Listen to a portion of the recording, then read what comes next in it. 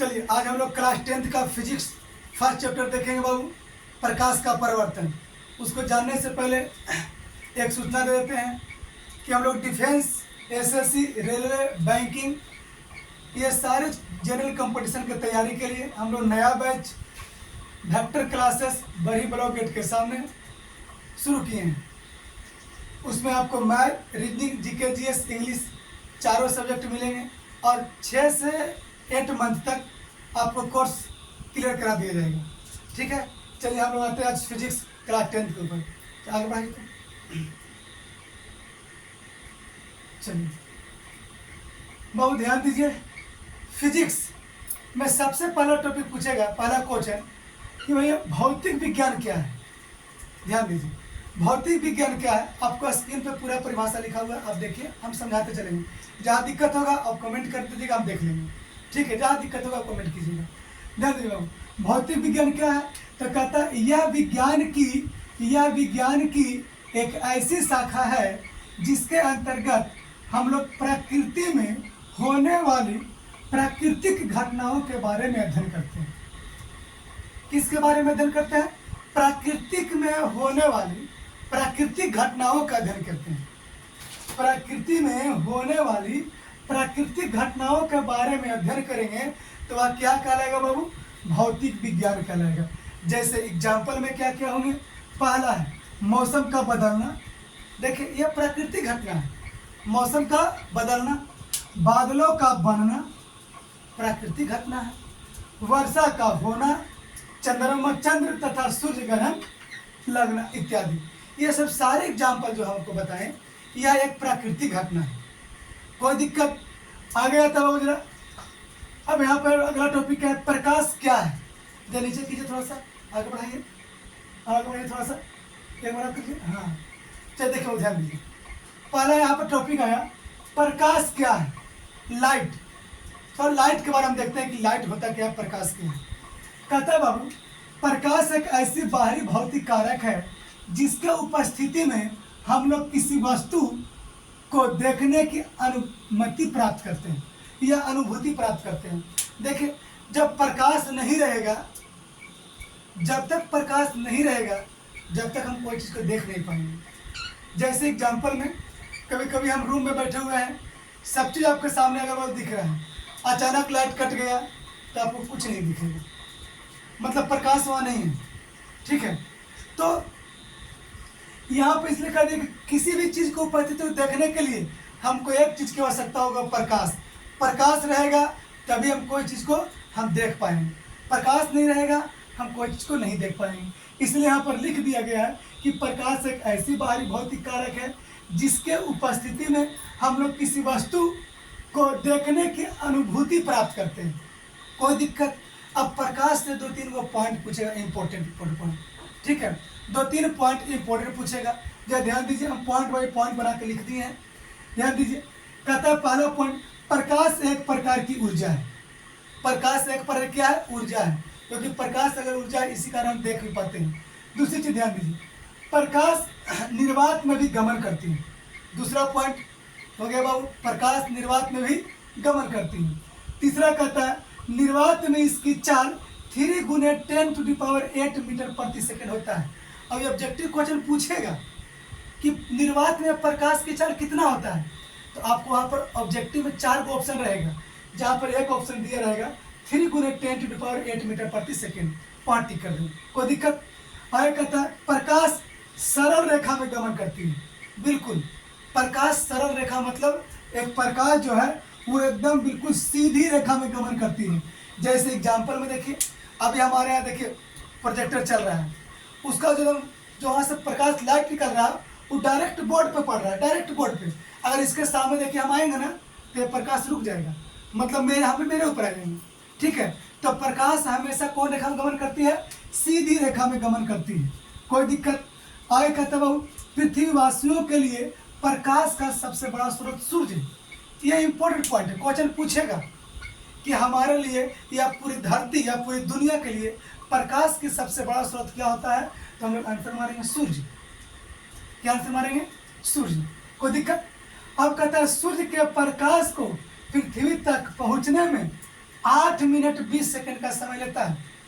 देख लीजिए, जो सूर्य से प्रकाश निकलती है उस प्रकाश को पृथ्वी तक आने में कितना समय लगता है बाबू लोग? 8 मिनट 20 सेकंड। क्वेश्चन पूछेगा कि सूर्य को पृथ्वी तक आने में कितना समय लगता है? 8 मिनट 20 सेकंड लगता है। जरा ध्यान दीजिए, यह पॉइंट देखिए, एग्जाम में यहाँ से क्वेश्चन ऑब्जेक्टिव क्वेश्चन रहेगा ही रहेगा, इस चीज को ध्यान रखना है। थोड़ा सा आगे बढ़ाइए, डिस्प्ले को आगे बढ़ाइए, थोड़ा सा आगे कीजिए और आगे कीजिए। चलिए ध्यान दीजिए, कहता है वो विवर्तन क्या है? यदि प्रकाश पथ में एक छोटी सी वस्तु रख दिया जाए तो प्रकाश सीधे चलने के बजाय अपना पथ से विचलित हो जाता है, तो इस घटना का नाम विवर्तन दिया जाता है। देखिए क्वेश्चन कई बार पूछा हुआ है कि भाई पर विवर्तन क्या है, तो बहुत लोग पहला बार नाम सुनता है तो उसको पता नहीं चलता है, ठीक है, नहीं बना पाते हैं। लेकिन ध्यान दीजिए, डायरेक्ट एकदम सिंपल लैंग्वेज लिखा हुआ है, आसान भाषा में, कि यदि प्रकाश पथ में एक छोटी सी वस्तु रख दिया जाए, यह प्रकाश देखिए आ रही है बोर्ड पर, एक मान लीजिए हम एक वस्तु है, हम देखिए इसके सामने एक वस्तु रख दिए, तो देखिए प्रकाश मेरे सामने रुक गया, ठीक है। रख दिया जाए तो सीधे चलने के बजाय अपनी पथ से विचलन हो जाएगा, मतलब रास्ता चेंज कर लेगा। विचलन का मतलब भटक जाना, चेंज कर लेना, तो उसको बोलते हैं वो प्रकाश का विवर्तन। चलिए आगे बढ़ाइए थोड़ा सा, आगे कहता हूँ, ध्यान दीजिएगा सर, कि प्रकाश का स्रोत किसे कहते हैं? ध्यान दीजिएगा, बहुत इंपॉर्टेंट क्वेश्चन है। अभी हम लोग परावर्तन का बेसिक देख रहे हैं, पहले बेसिक जानना चाहिए, उसके बाद हम लोग परावर्तन के नियम पर आएंगे, ठीक है। ध्यान दीजिए, प्रकाश का स्रोत किसे कहते हैं? वह वस्तु जहाँ से प्रकाश किरणें या प्रकाश निकलती है या उत्सर्जित होती है, उसे प्रकाश का स्रोत कहते हैं। जैसे एग्जाम्पल में जलता हुआ बल्ब, जलतू ही मोमबत्ती, लैंप, दिया, सूर्य आदि, देखिए यही चीज को बोलते हैं प्रकाश का स्रोत। जैसे लाइट आता है, हम लोग स्विच जब तक ऑफ रखते हैं तब बल्ब कोई प्रकाश नहीं देता है, लेकिन जैसे स्विच को ऑन करते हैं तो बल्ब देना, प्रकाश देना शुरू कर देता है। तो यह एक प्रकाश का स्रोत है। जलती हुई मोमबत्ती भी यह प्रकाश का स्रोत है, और सबसे बड़ा प्रकाश का स्रोत आपको बता चुके हैं कि वह सूर्य। कोई दिक्कत है यहाँ तक बाबू? आगे ध्यान दीजिए, प्रकाश स्रोत भी दो प्रकार के होते हैं। प्रकाश स्रोत दो तरह के होते हैं, कौन कौन बाबू? प्रकाश का प्राकृतिक स्रोत और प्रकाश का मानव निर्मित स्रोत। मतलब प्रकाश दो तरह के हो गए बाबू, थोड़ा सा ऊपर कर दीजिए। दो तरह के, एक हो गए बाबू प्रकाश का प्राकृतिक स्रोत, क्या हो गए? जैसे सूर्य, तो मेरे कहने से नहीं जलते हैं, वो नेचुरली है। सूर्य, तारा, जुगनू, जुगनू देखें, जुगनू हमारे घर में एक प्रकार के समझिए कीट होते हैं, मतलब पिल्लू होते हैं समझिए, ठीक है। ये एक तरह के कीट है। इसमें देखिएगा घर में कभी कभी निकलेगा ना तो हरा ऐसे भूख भाग, तो ऐसा नहीं है कि कोई आदमी उसमें फिट कर दिया है बॉल को, तो वो छोटा बैटरी लगा दिया और फिट कर दिया, नहीं, वो नेचुरली दिया हुआ है, प्राकृतिक देन है, ठीक है। तो जुगनू भी क्या हो गया बाबू? प्रकाश का प्राकृतिक स्रोत। कभी कभी क्वेश्चन दे देगा कि निम्नलिखित में से कौन सा प्राकृतिक स्रोत है, और वह सब नहीं देगा, तीन को दे देगा, लैंप, लालटेन, दिया और जुगनू। तो कितना लोग को समझ में नहीं आता है कि भाई जुगनू कहाँ से आ जाएंगे। लेकिन ध्यान रखिएगा कि जुगनू भी एक जो क्या है, एक प्रकाश का प्राकृतिक स्रोत है। कोई दिक्कत? आगे बढ़ते बाबू, प्रकाश का मानव निर्मित स्रोत। प्रकाश का मानव निर्मित स्रोत क्या होगा, जरा इसको जानिए। जैसे ये हम लोग निर्मित करते हैं, लैंप, लालटेन, दिया इत्यादि, ये सब सारे जो हम लोग यूज करते हैं, बनाते हैं, तो ये हो गए प्रकाश। मानव निर्मित का मतलब मानव द्वारा बनाया गया। किसके द्वारा बनाया गया? मानव के द्वारा बनाया गया, वो मानव निर्मित हो गए। और जो प्राकृतिक द्वारा बनाया गया है वो प्राकृतिक स्रोत हो गया। आइए बाबू देखिए, ये पॉइंट यहाँ पर फिर आ गया है, बहुत इंपॉर्टेंट क्वेश्चन पूछेगा कि पृथ्वीवासियों के लिए प्रकाश का सबसे बड़ा स्रोत क्या है बाबू? तो सूर्य है। अरे क्या है बाबू? सूर्य। ध्यान रखिएगा, ऑब्जेक्टिव में आपसे पूछेगा, सूर्य है।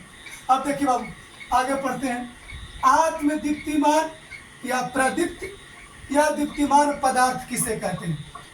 तो कहता है बाबू, ऐसा पदार्थ जो स्वयं प्रकाश का उत्सर्जन करता है, आत्मदीप्त पदार्थ कहलाता है। आत्मदीप्त मतलब अपने स्वयं प्रकाश ऊर्जा उत्पन्न करता है। जैसे सूर्य, इसके पास स्वयं का प्रकाश है। तारा, जुगनू, ये सब के पास स्वयं प्रकाश है, इसलिए यह प्रदीप्त वस्तु का उदाहरण हुआ। थोड़ा सा नीचे कीजिए, तो नीचे की दोनों परिभाषा के बारे में। ठीक है, ठीक है। अप्रदीप्त पदार्थ क्या हो गए? ऐसा पदार्थ जो स्वयं प्रकाश उत्सर्जन नहीं करता है, बल्कि प्रकाश की उपस्थिति में दिखाई देता है, अदीप्त पदार्थ कहलाता है। जैसे चंद्रमा, याद रखिएगा बाबू लोग कि चंद्रमा के पास अपना प्रकाश नहीं है। चंद्रमा जो है ये किसी दूसरे के प्रकाश से चमकता है, जैसे ये सूर्य के प्रकाश से चमकता है। चंद्रमा के पास अपना प्रकाश नहीं। हाँ, जुगनू के पास अपना प्रकाश है, लेकिन चंद्रमा के पास अपना प्रकाश नहीं है।